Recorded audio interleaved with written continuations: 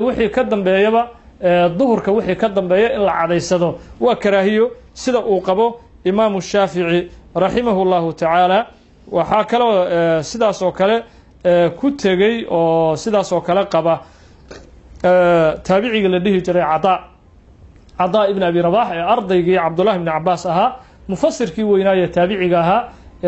la dhihi jiray mujaahid ibnu jabri taabiciinta iyo saxaabada qaybo ka mida oo badan waxay qabaan in cadayga duhurka wixii laga bilaababa duhurka haddii la gaaro maalin ramadaan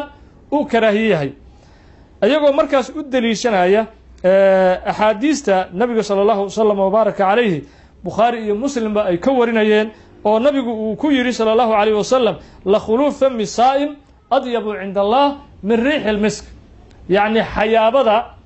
isku gaadaamaysa afka qofka sooman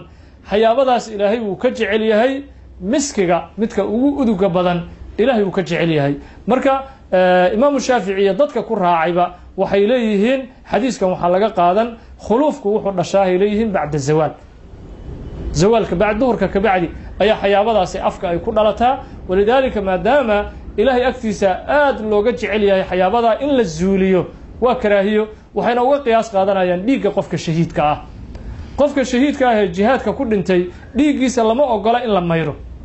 isagoo dhiiggii urayo oo dhiigga bini aadamku qurun uu yahay oo uu urayo haddana yaan la zuulinaya qofka shahiidka dhiiggiisa limaada ilaahay agtiisuu qaali ka yahay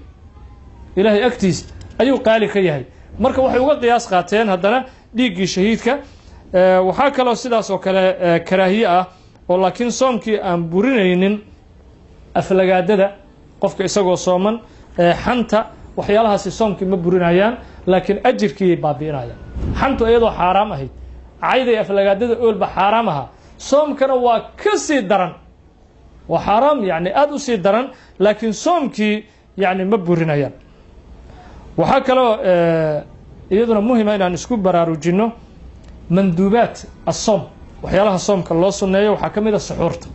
qofka sooman yacni si kasta oo uu berri u soomi karo oo uu u adkaysan karo gaajada iyo haraadka waa cibaada suxuurta waa nuqda yani muhima inaan isku baraarujinno